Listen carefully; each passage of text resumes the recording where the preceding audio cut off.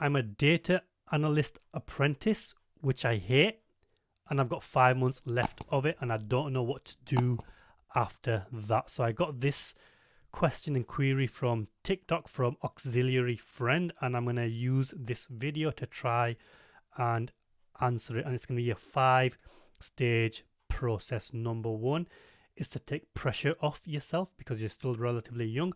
Number 2 is to save. Number 3 is to find an alternative income source.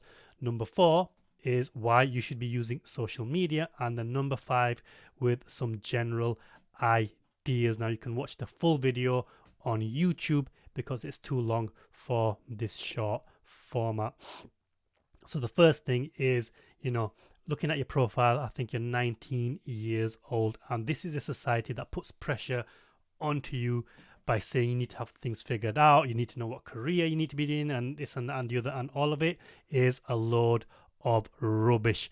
So I went down the lawyer road, and it was around about the age of 30 when I thought, you know what, I want to try and do other things, and that's when I started kind of my experiments and different business models.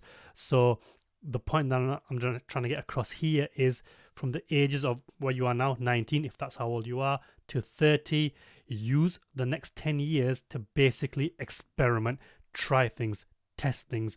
Do you like this? Do you not like this? What do you want to do? What don't you want to do? Instead of having the pressure of, I need to have things figured out, I need to know exactly what I want to do. Take that pressure and thinking out of your mind.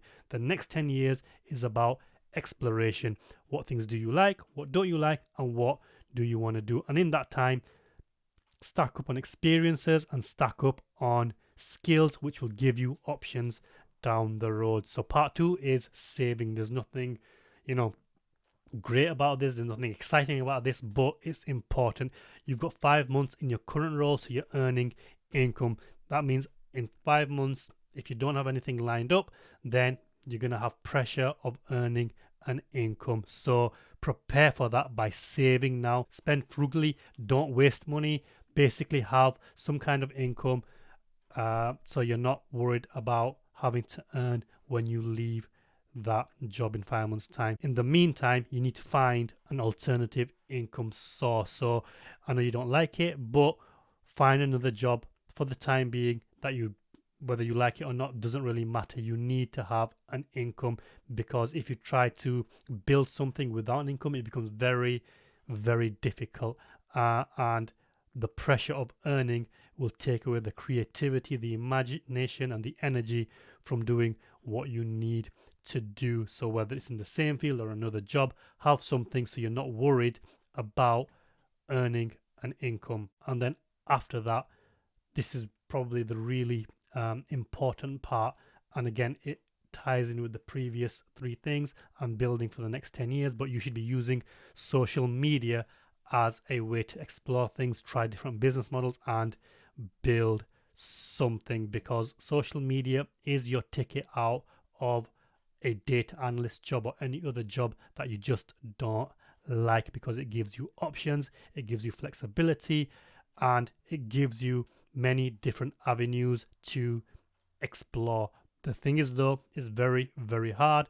The good thing for you is you're still very young and you've grown up with social media and technology, so it's going to be easier for you than it was for people in my generation. So pick a platform or pick 2 platforms and go all in. Learn how to grow on them, learn how to use them, learn how to interact with people, and then start putting out content on a regular basis, which comes to the final part, some ideas. So I'm looking at your profile.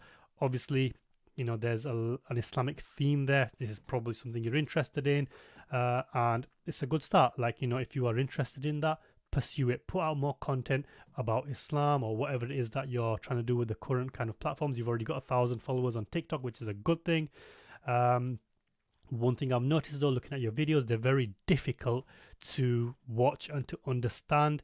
Basically, you need to learn how to make it easier for the viewer to understand. So some of the changes that I made was to speak slower. Back in the day, I speak really fast, which wasn't good for the viewer. And every now and again, I start adding subtitles and captions, which is harder to put together, but makes it so much easier for the person viewing, and that's what you need to do as well. Explore your interests, explore your passions, share your learnings, share your knowledge, or whatever it is that you're trying to do, and put it out in a format which is easy to consume. Build a following, build an audience, and as you build that following and as you build that audience, then you can start putting in, you know, products or services that you can sell, which, you know, if you're building an Islamic account, start selling products and services which are relevant to that audience. It could be prayer mats, it could be prayer beads, it could be Islamic objects, or whatever it is. You know, it could be a digital product, you know, something that helps people with productivity, with you know, reminders about their religion, or whatever it is. The point is, you know, you need to pick something that you're genuinely passionate about, something you care about, something you want an interest in. Post content about it. Now with Islamic stuff, my advice here would be careful of what a lot of the other kind of Islamic content creators do. What I find is, one, they've got this attitude that they're talking about Islam and they therefore automatically have the right to be listened to. You don't. We live in an attention economy. You need to learn how to grab people's attention and keep it. Unfortunately, a lot of these guys are of the opinion that if they just talk about it, they're going to automatically get the attention and people must listen to them. That's not the case. And the other problem that I find with a lot of these content creators is they've got this, you know, it's inadvertent, but it's almost condescending, preachy type, like, you should do this, you should do that, blah, blah, blah, blah, blah. That doesn't work. You know, people don't want to be preached to. People don't want to be told they're doing this wrong or they're doing that wrong. But they're happy to know about, you know, reminders and lessons. So you need to figure out a way to put those things forward in a manner which is appealing to other people. And it all comes back down to three things that I always say you need to develop, which is self-esteem, confidence, and communication skills. Self-esteem is the relationship that you have with yourself. Confidence is the relationship that you have with other people. And communication is the bridge between the two. So learning experiences, self-development, that's going to improve your self-esteem.